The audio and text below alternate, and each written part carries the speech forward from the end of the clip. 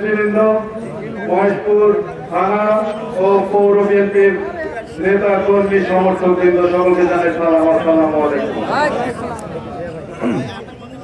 আমি সবার প্রথমে ধন্যবাদ জানাই ইউনিয়ন বিএনপির সভাপতি এবং সাধারণ সম্পাদক অঙ্গ ও সহযোগী সংগঠনের নেতৃবৃন্দদের, তারা এই রোজার মাসে রোজা রেখে এত নেতা কর্মী সমর্থককে একত্রিত করার জন্য। সম্মানিত উপস্থিতি, আপনারা জানেন গত 9 তারিখে আমাদের এই কুল্লাপাড়া, তাই না, ছোট্ট একটা পারিবারিক ঘটনা, সেইটাকে নিয়ে একটি দল কিভাবে আমাদের জাতীয়তাবাদী দলের নামে মিথ্যা অসত্য কুৎসা ঘটনা করেছে, করেনি?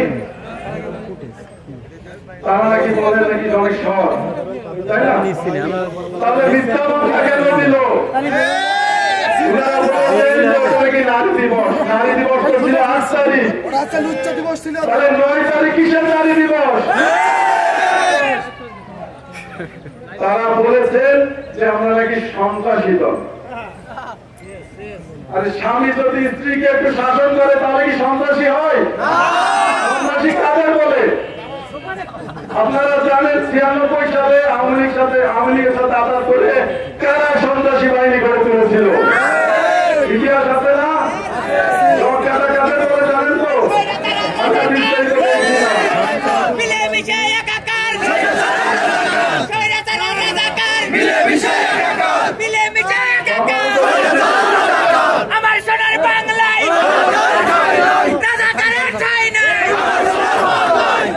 বিগত বিএনপি সরকারের আমলে মন্ত্রী হয়েছিল, গাড়িতে পতাকা লাগিয়েছিল কারা?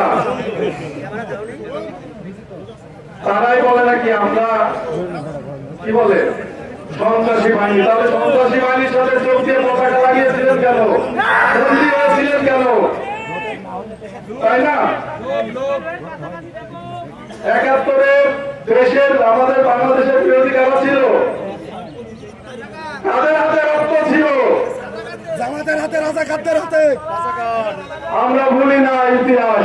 24-এ যদি আওয়ামী লীগের হাতে রক্ত হয়ে থাকে, 71-এ তাদের হাতে রক্ত ছিল।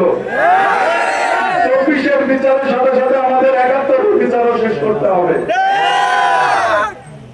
সম্মানিত উপস্থিতি, আমরা জাতীয়তাবাদী দল শান্তিপ্রিয় শৃঙ্খল একটি দল, কিন্তু যদি পায়ে পাড়া দিয়ে কেউ যদি আমাদের সাথে ঝগড়া লাগাতে আসে, মারামারি করতে আসে, আমরা কি খালি হাতে বসে থাকবো?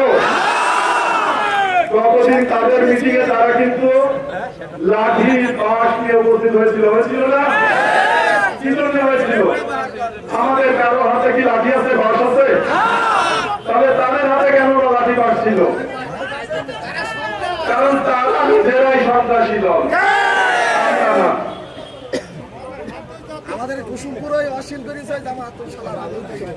সম্মানিত উপস্থিতি, বিশেষ করে আমাদের কর্মী সমর্থক, শুনেন, কর্মী সমর্থক কিন্তু একটা দলের জন্য খুবই গুরুত্বপূর্ণ। ঘাঁটি কর্মী কারা? যারা সুসময়ে দলের সম্মান মানিজ্য রক্ষা করে, তারাই ঘাঁটি কর্মী। আর বিপদে যারা পালিয়ে না যায়।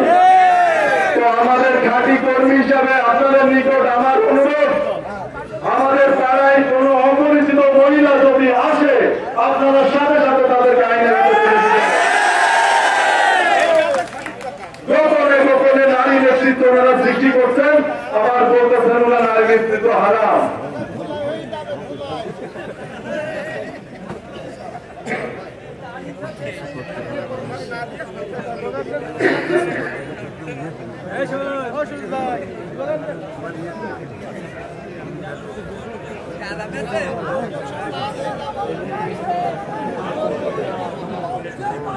সম্মানিত উপস্থিতি, আমাদের এই প্রোগ্রাম আপনারা প্রতিটা ইউনিয়নের প্রতিভা সমাবেশ করবেন, পারবেন না?